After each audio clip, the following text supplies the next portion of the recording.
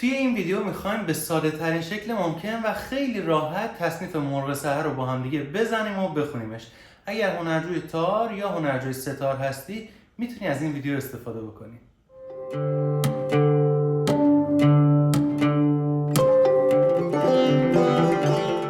درود، من رضام، خواننده، آهنگساز، مدرس تار و ستار. اینجا کانال یوتیوب منه. توی این ویدیو میخوام به درخواست شما تصنیف مرغ سحر رو با هم دیگه کار بکنیم.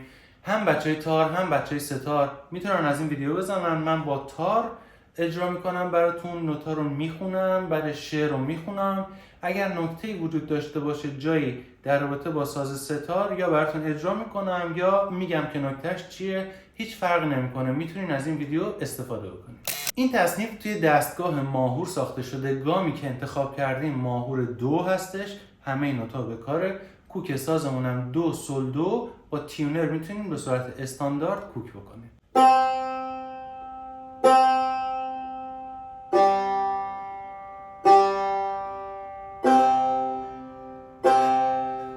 جمله اول رو خیلی راحت و ساده از سیم زرد میزنیم. نوت دو که میگم منظورم نوت دویی که از سیم زرد با انگشت سوم دارم میگیرم.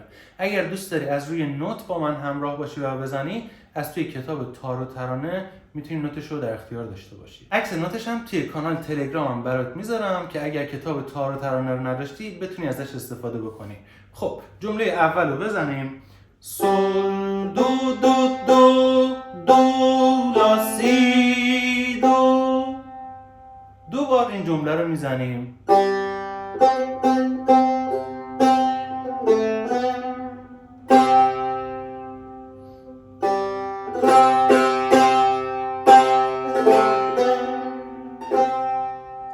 شعری که باش میخونیم میگیم مرغ سحر ناله سر کن.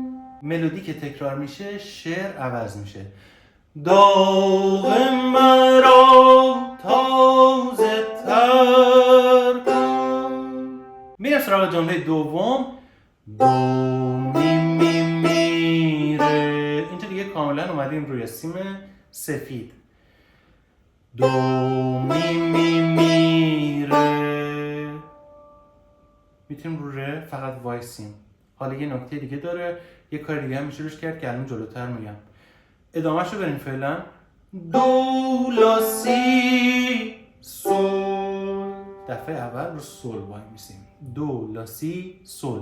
کل این جمله رو تکرار میکنه، فقط به جای اینکه نوت آخر حالا روی سول وایسه میاد روی نوت دو تموم میکنه. دو می می میره. دو لا سی دو. پس شد دو می می میره. دو لا سی سول.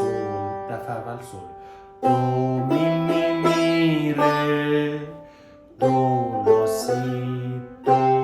دفعه دوم روی نوت دو. حالا روی نوت ر که میتونیم وایسیم، میتونیم خیلی هم ساده نزنیم، بزنیم ر می ره دو سی دو ره. تو ستار هم اگه داریم میزنیم میتونیم بزنیم راست راست چپ راست چپ راست چپ راست. یعنی دو می می میره. ر می ره دو سی دو ره. بعدش دو لا سی سول سول لا سول فا می ره دو. سول سول لا سول فا می ره دو. میریم رو سیم بم. توی تار بهتره که با مضرب راست بزنیم اینا رو.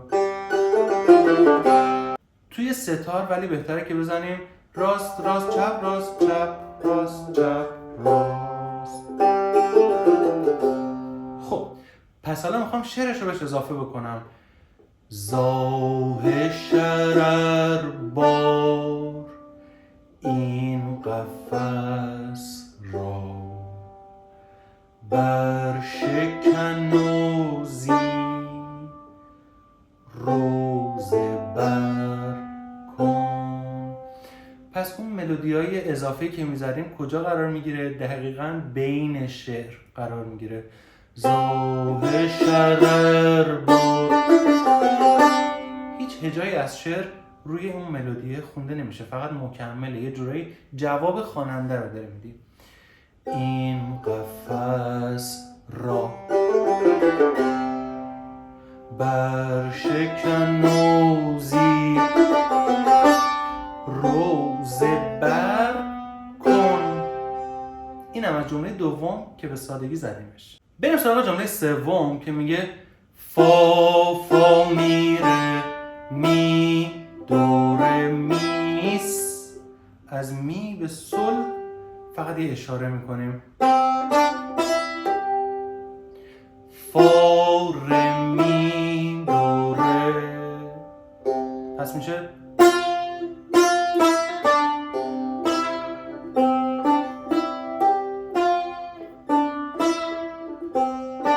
همه مضرابا برای تار و ستار راست هستن فعلا. خب بلبل پر بست تزه کن جه قفس درا. خیلی دارم هجا به هجا میخونم که دقیقاً متوجه بشی کدوم هجا از شعرمون روی کدوم نوته. میریم سراغ ادامهش که از نوت سل شروع میشه. سل سل فا می فا. ره رو از اینجا میتونیم بگیریم، میتونیم عقب نریم. ره می فال فال بلا، از فا به لا میکوبیم یا اشاره میدیم. ره می فال سل می فا ره می.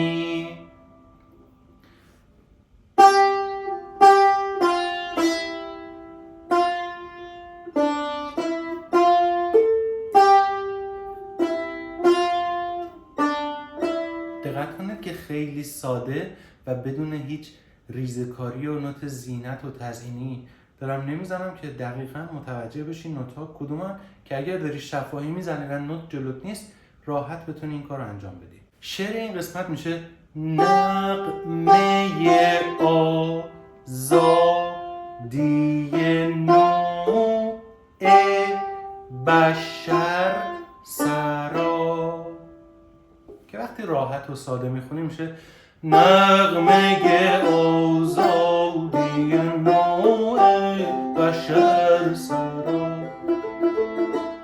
خب و در ادامه این جمله که الان زدیم دوباره اون قبلیه تکرار میشه. خیلی هم عالی. پس همون قسمتی که زدیم برای بلبل پربسته ز کنج قفس درا اینجا تکرار میشه.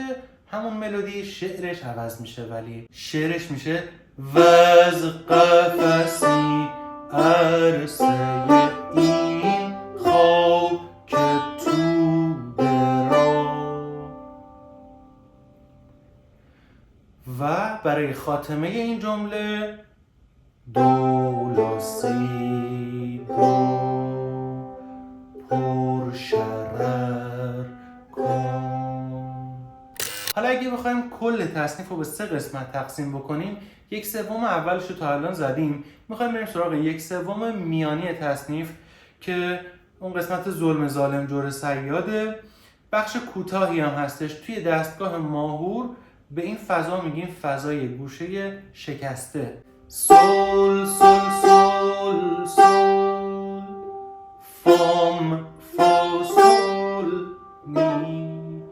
می توی این قسمت یعنی توی گوشه شکسته کلا توی دستگاه ماهور کرون میشه به صورت موقت و بعد دوباره به حالت اصلی خودش به کار برمیگرده.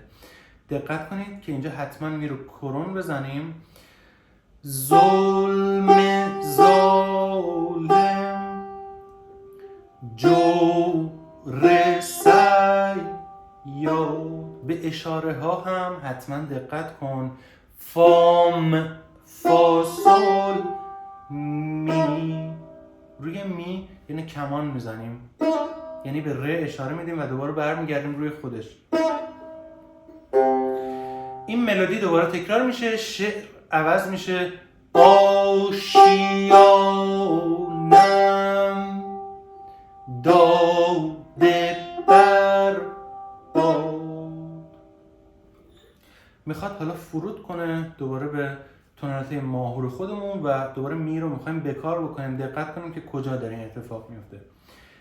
فا لا سول می بکار سول فا ر فا می دو ر می فا سول. ای خدا ای فلک ای طبیعت. اینجا رو دقت کن که گمش نکنید. طبیعت روی ملودی که براش گذاشته شده یه خورده شاید اولش به نظر عجیب بیاد. ای طبیعت دو ر می فا سول روی ات، هجای ات طبیعته. و از همینجایی که نشسته دوباره ادامه میده. می سول فا ر فا می دو لا سی دو. شام تاریک ما را سحر کن. حالا بچه‌ای که با تار دارن میزنن اینو، اون دو ر می فا سول برای طبیعت میتونیم از تکنیک خراش استفاده بکنیم و خراش بزنیم اصطلاحاً. ای خدا ای فلک ای طبیعت شام تاریک ما را سحر کن. بخش دوممون هم کلا تمام شد. میریم سراغ 1/3 نهایی تصنیف. اینجا وارد یه گوشه میشیم توی دستگاه ماهور به اسم دلکش. موقتاً لا کرون میشه، سی بمول میشه و یه جورایی رفتیم توی دستگاه شور. یه مدلاسیون اتفاق افتاده، یه تغییر مود اتفاق افتاده و فضا یه خورده اینجا غمگین میشه و از اون حالت شارپ فضای دستگاه ماهور خارج میشیم موقت و بعد دوباره فرود میکنیم و برمیگردیم تو ماهور. به کرون شدن نوت لا و بمول شدن نوت سی اینجا دقت کنیم. توی این قسمت دوباره از نوت سول شروع میکنیم. سول سول سول سول فا می فا سول. می رو توی این قسمت میتونیم کرون و میتونیم بکار. تو ورژن‌های مختلفی متغیره، به سلیقه خودتون. اینجا میتونیم می رو انتخاب بکنید که کرون بزنید یا بکار بزنید. مثلا توی نوتی که من دارم توی کتاب تار ترانه بکار نوشته، یعنی نوبهار است گل به بار است. این هم درسته، این هم میشنویم که گاهی میخونن، ولی این هم میشنویم که کرون باشه. گل به بار است فا می فا سول. خب مهم نیست، ادامه میدیم. دوباره همین ملودی تکرار میشه، شعرش عوض میشه. ابر چشمم ژاله بار است فا فا سول لا لا سول. این قفس چون دلم سید سی لا سول تنگ و تار است. ادامه میدم. سیل سی لا سول لا فا سول لا لا به دوی اشاره بکنیم. سیل سی لا سول لا فا سول لا سی سول لا فا سول. شعله فکن بر قفسه آه آتشین. این قسمت رو فعلا یه بار تا آخرش بزنیم. برای یه نکته جالب راجع به این قسمت بهت میگم. ادامهش رو میزنیم از نوت دو. دو دو سی لا سی سول لا سیر. سی به ره اشاره میکنیم. دو لا سی سول لا.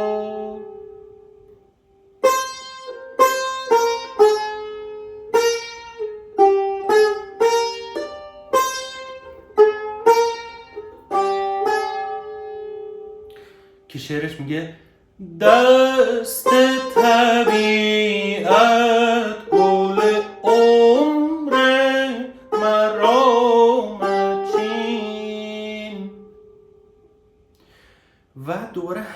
قبلیه تکرار میشه، شعرش ولی عوض میشه. جانب عاشق نگه تازه گل از این. خب تا اینجا نگه میداریم. یه شباهت بسیار زیادی داشت با بخش اول. یعنی این قسمت که گفتیم بلبل پربسته ز کنج قفس درآ، اینجا دقیقاً همون روند ملودی اتفاق داره میفته، با این تفاوت که رفتیم توی پوزیشن دیگه داریم همون شابلون ملودی رو اینجا حالا اجرا میکنیم که برش رفت توی پوزیشن جلوتر.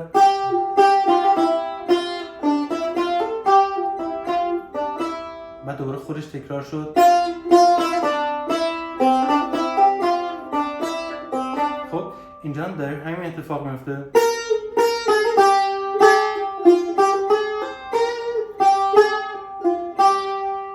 میره یه جلوتر.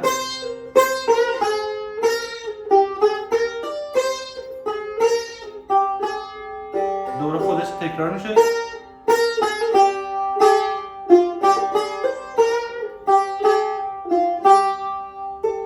اینجا در واقع پی میبریم به یه نکته مهم، هوشمندی و ذکاوت آهنگساز این اثر استاد مرتضی نیداود که از تم جدیدی اینجا استفاده نمیکنه، همون تمو میاد اینجا تکرار میکنه البته توی پوزیشن دیگه، و این کار باعث میشه که تو ذهن شنونده خیلی سریعتر حک بشه روند ملودی، روند اتفاقایی که داره توی تصنیف میفته و مردم عادی هم راحت باش ارتباط بگیرن و سریع بتونن زمزمش بکنن. هی پراکندگی و تنوع ملودی نمیده به شنونده، یه کاری میکنه که خیلی راحت باش ارتباط بگیره و بتونی راحت زمزمش کنی، برات آشناه همه چی. فقط یه تغییر اتفاق افتاده که خودت هم نمیدونی دقیقاً چیه ولی باش آشنایی و این ذکاوت آهنگساز رو نشون میده.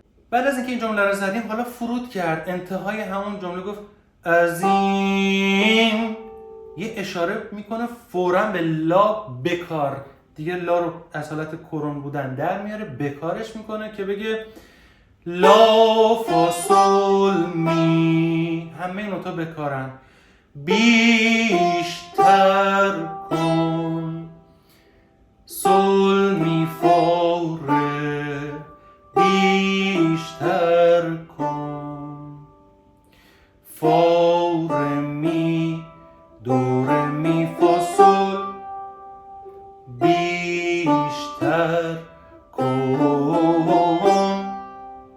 خیلی ساده است نه؟ ملودی تکرار میشه لا فا سول می، البته این بار میگه مرغ بی دل شرح هجران مختصر فا ره می مختصر دو لا سی دو کن مختصر مختصر کن. باید یادمون باشه این تصنیف علاوه بر اینکه تصنیف زیباییه، تصنیف مهمیه و اتفاقات بزرگی رو توی تاریخ موسیقی ایران و تاریخ سیاسی ایران رقم زده.